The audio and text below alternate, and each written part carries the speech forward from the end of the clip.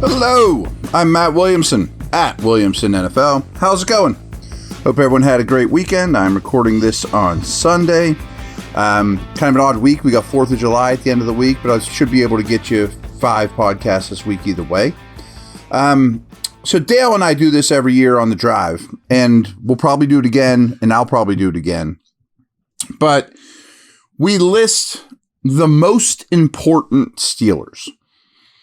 And a lot of that is how replaceable are you if they get hurt, how good they are, of course, position they play, how deep that position is on this team. Basically, it's a list of who can you least afford to lose. And we decided to do the top 25. So my process for it was jot down, I just grabbed the Excel spreadsheet, wrote every name down, typed every name down that could qualify as a top 25 most important Steeler. And then I put them in 3 categories, A, B, or C. A being the most important, Watt's in A, Hayward's in A, etc. B is middle, C is not as valuable. And I end up with 27 names, so I'll give you all of them while we're here. And I'm going to count them down 27 to 1. And remember, we'll talk through these all.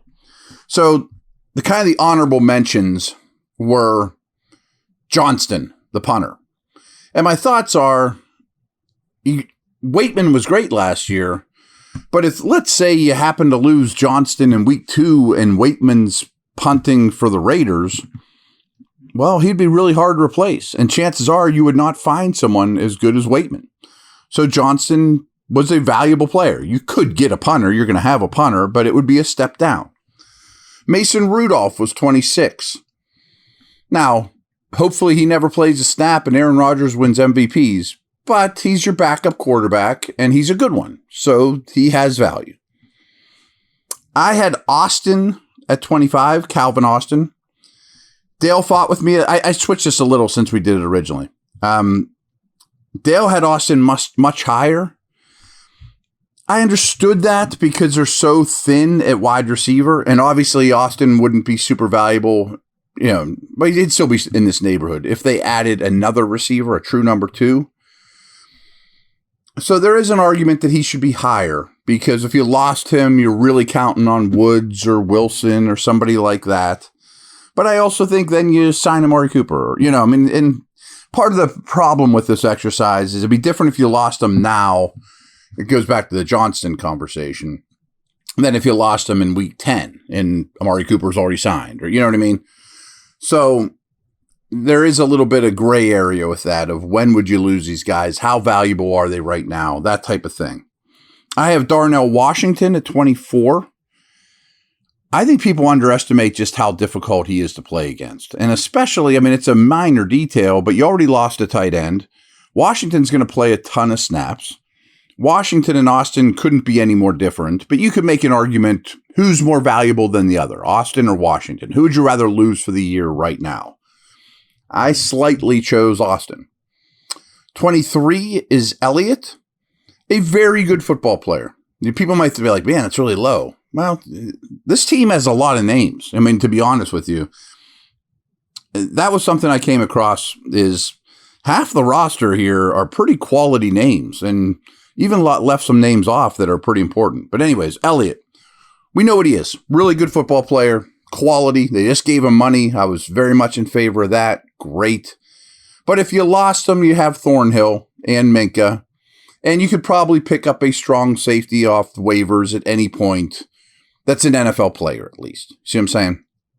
I have Peyton Wilson at 22. Kind of for the same reason. I just think their safety and linebacker depth, their third guy, let alone a Malik Harrison, somebody like that could get you out of a game, is strong enough that you could afford to lose Peyton Wilson. I'd hate it because I think that he's a real breakout candidate. But you could weather that storm. Herbig, to me, was 21st. Dale didn't even have him in the top 25, which I kind of understand, but I don't, because he's really good and pass rushers are super valuable. Now, if Herbig was injured in the offseason program or something right now, the world would keep spinning. I mean, unfortunately, we're going to have to deal with a lot of these injuries over the course of the year. But I think his value off the bench and his potency as a pass rusher is super important. All right, I'm going to get to 20 here. Caleb Johnson is 20. I have high hopes for him. I think he's going to boost the running game, but he's a rookie. He's unproven. You can always find a running back on the open market that's an NFL player, at least, can get you out of the season or, use him for a month. And frankly, I think Warren's more valuable than him at this point. BetOnline is the world's most trusted betting platform and your number one source for all your sports betting action. With baseball season in full swing, BetOnline has more ways to stay in the action with the latest odds, news, and scores, even live in-game betting while the games are being played. We keep the dog days of summer rolling with the largest selection of odds on everything, with updated odds on MLB, UFC, and boxing, to tennis and NFL futures. BetOnline remains the best online source for all your sports wagering info. In between games, head over to the BetOnline Casino with all the top Vegas-style games, including poker and live casino. BetOnline, the game starts here.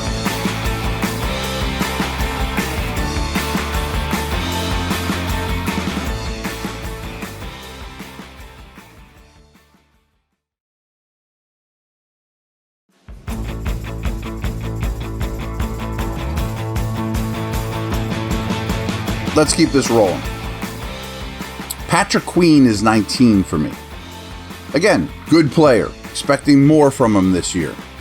Green dot, but others could do that. They just have a lot of linebackers. I mean, could I live this season with Wilson and Holcomb? Yeah, more so than I could if one of the tackles went down. You know what I mean? Or these other names above them, obviously. I have Warren at 18. Not much different than Johnson, but I think he has to be above him. Veteran, pass protector, reliable, vastly underrated player. At 16 and 17, I had these two higher than Dale did, but I have Siamalu at 16, McCormick at 17. And I just don't want to challenge this O-line depth. Now, could you put Anderson in there for one of the two and be okay? Probably. Obviously, if you lost both of these, it would be a nightmare. You're not going to find adequate guards probably on the open market. So they both have value. You could survive losing. I mean, if you were to lose one offensive lineman of your starters, I guess I'd pick McCormick and then quickly, obviously, followed by Siamalu. That's why they're 16 and 17. Sort of in the same vein, I have Benton at 14, Harmon at 15. Immense talent, tons of upside on both. Harmon's a little more of an unknown, so I have him behind Benton. Plus, Benton has more nose qualities. Not that that matters a ton anymore. Keeping these guys fresh for Cam Hayward is super important, or keeping Cam fresh with these guys is super important. But there is a lot of D-line depth on this team. Losing one of those two would not be catastrophic. It wouldn't be great. I have Boswell at 13. Super important. I think he's basically the best kicker in the league.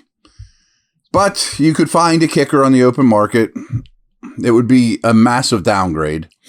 I doubt you'd end up with like a 70% field goal guy. You'd end up with someone like an 80% field goal guy, which isn't great. And you wouldn't try as many long ones. There wouldn't be a trust factor. Losing Boswell would be terrible. But the names ahead of him are just more every down football players. Freiermuth at 12. As it stands, I think he's going to be your second leading receiver. Would the season move on okay without Freiermuth? Yeah, it'd be okay. You could make some moves and whatnot, and Washington's role could grow, but you'd be pretty light there in a position you want to play two guys a high percentage of the time. Dale had Broderick Jones much higher than 11. And his logic is sound, is if you lose either tackle, you really don't have an answer. I just don't know that Jones is a plus player at this point. I think he can be. He was my biggest X factor. I think he's super pivotal. But if you lost him right now, and the other thing that Dale brought up that I thought made a lot of sense too was if you lose the right tackle, you could move Jones to right. who else can play left really on this team? I mean, I guess you could ask, Faltanu, or, could it end up being like Cook or Anderson or something like that? Do you want to really be weak at left tackle? Of course not. But the names, I'm sure you're in the top 10, which I'm sure you could probably figure out who those 10 are just better football players right now. So you have to weigh those things for this exercise. I have Slay at 10. I think he's going to have a pretty good year. I think he's valuable with his experience, versatility, but also his man coverage skills. And I really don't want to see what Trice or Eccles looks like as an every down starter on the outside.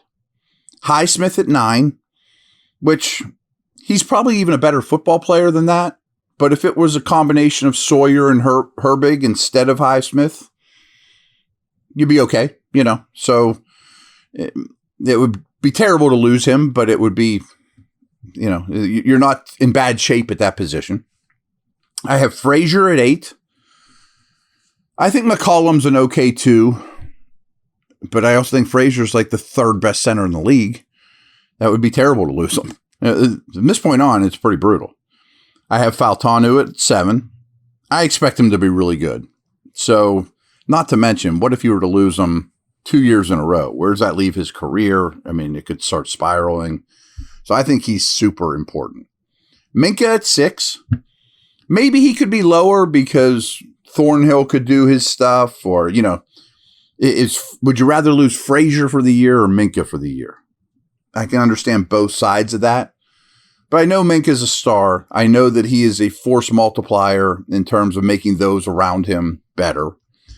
He plays so much single high. He's the best in the league at that, although I think they'll play less. I don't think I have to tell you guys what Minka Fitzpatrick's all about. Porter, much like Slay, he comes in at 5. Young, ascending. I think he can be a top 10 type corner, capable of following number ones. I don't want to ask Trice or Eccles to do those things, opposite Slay. Porter to me is super important. DK Metcalf at 4. What more do we need than what the offense looked like when Pickens went out last year? Losing Metcalf would be massive. Now, the top 3, I'm sure you figured out who they are. I have Watt at 3. He's your best player, but I think Cam Hayward's more important at 2, and we're splitting hairs. Losing either one of those guys would be close to catastrophic. We've seen the splits on the run defense with Cam on the field and off. They're night and day. We've seen the splits over Watt's career of the Steelers defense when he's on and off the field, night and day. But I do trust, back to the Highsmith conversation, Highsmith, Herbig, Sawyer. Okay, none of them are TJ Watt. And the D-line depth is better. Maybe Harmon looks amazing. And if I do this, in week 1, Hayward will be lower on the list. We could kind of afford him because Harmon and Benton look awesome. But I'm doing this at the end of June, and I don't know those things. I have Aaron Rodgers 1. Dale had a much lower, and his logic was, well, Rudolph will get you somewhere, And yeah, I like that. I think Rudolph, if it's for 2 games, Rodgers would be lower. If it's for the season, he's 1. He's your starting quarterback. He has to be super high on this list. Although when we've done this in the past, the starting quarterbacks have not even been close to the top 5. Fields or Wilson, where would they be on this list last year? Not in the top 5, not ahead of DK Metcalf, or Pickens for the time. But I just think Rodgers, if you're going to execute this plan of being a contender, potentially winning a playoff game or 2, competing in the division, you guys might be laughing, saying there's no chance of any of that. I don't know, but that's the plan, while still creating an environment that's really rich for the next quarterback. I think Rodgers is your most important player. He's your starting quarterback. All right, everyone, feel free to battle me on that. It's not an easy exercise. You really have to think about, okay, now what kind of schemes am I changing? Who's going to be on the field if I lose this guy? Most important doesn't always mean best. All right, thanks. Talk to you tomorrow.